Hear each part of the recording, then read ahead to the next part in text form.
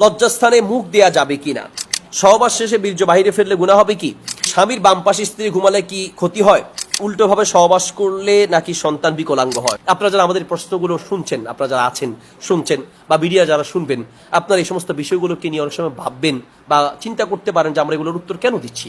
এই সমস্ত বিষয়গুলোর উত্তর যদি আমরা না দিই, অনেকেই না বুঝে এগুলোকে হারাম পথে চলে যাচ্ছে, অবৈধ পথে চলে যাচ্ছে। রাসূল সাল্লাল্লাহু আলাইহি সাল্লাম এই সমস্ত বিষয়গুলোর উত্তর দিয়েছেন, হাদিসে এসেছে কিভাবে ইসলাম তো এমন একটা ধর্ম। সূরা মাইদার 3 নম্বর আয়াতে এসেছে, আল ইয়াউমা আকমালতু লাকুম দীনাকুম ওয়া আতমামতু আলাইকুম নি'মাতি ওয়া রাদিতু লাকুমুল ইসলামা দীনা। ইসলাম একটি পরিপূর্ণ জীবন ব্যবস্থা। অন্য কোনো ধর্মে আপনি এত পাই টু পাই প্রত্যেকটা বিষয়ের সমাধান পাবেন না, কিন্তু ইসলাম এমন একটা ধর্ম আপনার প্রত্যেকটা প্রশ্নের জবাব কোরআন সুন্নাহর ভিতরে আছে। সুবহানাল্লাহ। আপনি কিভাবে স্ত্রীর সাথে সহবাস করবেন, কিভাবে বাথরুমে যাবেন, কিভাবে বাথরুম থেকে বের হবেন, কিভাবে বাথরুমে বসবেন, সবগুলো পাই টু পাই শরীয়তে বলা আছে। এই জন্য আমরা বিষয়গুলো প্রশ্ন আসে আপনাদেরকে কথাগুলো বলি, এগুলোকে আপনারা ভিন্ন পথে নেয়ার চেষ্টা করবেন না। লজ্জাস্থানে মুখ দেয়া যাবে কিনা, প্রিয় ভাই, মূলত এই মুখ দিয়ে আমরা আল্লাহ সুবহানাহু ওয়া তাআলার জিকির করি, তাসবিহ তাহলিল ইত্যাদির জন্য এই মুখ আমরা ব্যবহার করে থাকি, এই মুখ দিয়ে তেলাওয়াত করি। এই জন্য এই মুখে লজ্জাস্থান নেয়ার উচিত নয়, লজ্জাস্থান নেওয়া উচিত নয়। অনেক স্বামী এই ধরনের আবদার করে থাকেন, অনেক স্ত্রী এই ধরনের আবদার করে থাকেন, তো এইগুলো উচিত নয়। বাকি যদি কোনো স্বামীর আবদার হয় বা কোনো স্ত্রীর আবদার হয়, এখন সে আবদার পূরণ না করলে সে হয়তো বা খারাপ পথে চলে যেতে পারে, তো সেই ক্ষেত্রে আপনার এটা করতে পারেন। এটা সরাসরি হারাম হবে এমন কোনো দলিল নেই।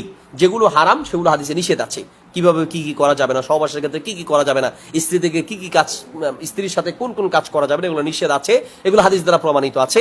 কিন্তু মুখে নেয়ার ব্যাপারে কোনো নিষেধাজ্ঞা সরাসরি আসে নাই বিধায় আমরা এটাকে সরাসরি হারাম বলতে পারছি না। কিন্তু এই ধরনের কালচারগুলো মূলত এগুলো ইতিপূর্বে আমরা ছোটবেলায় বা আমরা আমাদের বয়স হওয়ার পরে, আমরা সাবালক হওয়ার পরে এমনটা শুনি নাই। ইদানিং এই ধরনের প্রশ্নগুলো বেশি আসছে, বোঝা যায় এই ধরনের কালচারগুলো ইদানিং শুরু হয়েছে। আর হতে পারে এগুলো অমুসলিমদের কৃষ্টি কালচার হতে পারে। এগুলো থেকে যতটা দূর সম্ভব বিরত থাকার চেষ্টা করাটাই উচিত হবে, বাকি সরাসরি হারাম হবে না। উল্টোভাবে সহবাস করলে নাকি সন্তান বিকলাঙ্গ হয়, সন্তান বিকলাঙ্গ হয় হওয়ার বিভিন্ন কারণ অনেকে লোকে মুখে বলে থাকেন, এই সেই বিভিন্ন কারণ বলে থাকেন।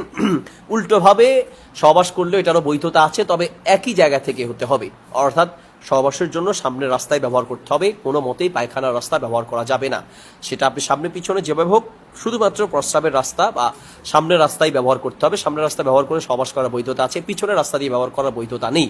সেটা আপনি আপনার স্ত্রী হারসুল্লাকুম, আল্লাহ সুবহানাহু ওয়া তাআলা বলেছেন এটা তোমার জন্য একটি চাষ, অর্থাৎ তুমি যেভাবে চাও তার সাথে সহবাস করতে পারো, তবে কোনো হারাম পন্থায় নয়। পায়খানার রাস্তা ব্যবহার করা যাবে না, হায়েজ নেফাজ অবস্থায় সহবাস করা যাবে না। আর এছাড়া আপনি আপনার মনের চাহিদা মতো আপনি সহবাস করতে পারেন, হারাম পন্থা বাদ দিয়ে, কোনো সমস্যা নেই। এরপরের প্রশ্ন, স্বামীর বাম পাশে স্ত্রী ঘুমালে কি ক্ষতি হয়? অনেকে মনে করে থাকেন যে স্বামীর বাম পাশে স্ত্রী শোয়া যাবে না, ডান পাশে শুইতে হবে, স্ত্রী স্বামীর ডান পাশে থাকতে হবে, স্বামী স্ত্রীর বাম পাশে থাকতে হবে, ইত্যাদি অনেকগুলো কথা আমাদের সমাজে আছে। আপনি স্ত্রীকে চাইলে ডানে রাখেন, বামে রাখেন, যেদিকে ইচ্ছে সেদিকে রাখতে পারেন। স্ত্রী ডানে বামে বা যে কোনো পাশেই থাকতে পারে, স্ত্রীর জন্য কোনো একটা পাশ নির্ধারিত নয়। এরপর প্রশ্ন হচ্ছে, সহবাস শেষে বীর্য বাহিরে ফেললে গুনাহ হবে কি? বীর্য বাহিরে ফেলা এটাকে ফিকের ভাষায় আজল বলা হয়। যদি কেউ সন্তান নিতে না চায় তাহলে স্ত্রীর গর্ভে বা যৌনাঙ্গে বীর্য না ফেলে সে চাইলে বাহিরে ফেলতে পারবে, যদি বাচ্চা নিতে না চায়। তবে বাচ্চা কেন আপনি নেবেন না সেই বিষয়টা আপনাকে ভেবে দেখতে হবে।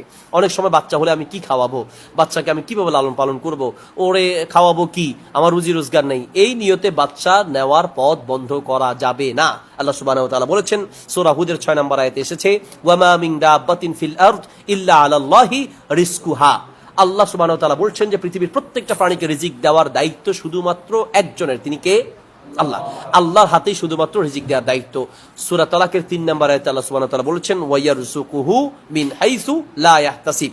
তিনি বান্দা পৃথিবীতে সৃষ্টি করে এমন ভাবে রিজিক দিবেন বান্দা তুমি কল্পনাও করতে পারবে না। আমরা দেখেছি যে আগের তুলনায় মানুষ বেড়েছে, আল্লাহ সুবহানাহু ওয়া তাআলা রিজিক বাড়িয়ে দিয়েছেন, মানুষ বেড়েছে। আল্লাহ, আমরা ছোটবেলায় দেখেছি আমলকি খেয়েছি, এক মুঠে 15-20টা আমলকি ধরতো, এখন এক একটা আমলকি আপেলের মতো বড় বড় পাওয়া যায়। মানুষ বেড়েছে, আল্লাহ রিজিকের সাইজ বাড়িয়ে দিয়েছেন। আমরা বড়ই খেয়েছি, ছোট ছোট বড়ই, এখন এক একটা বড়ই পাওয়া যায় পেয়ারার মতো বড় বড়।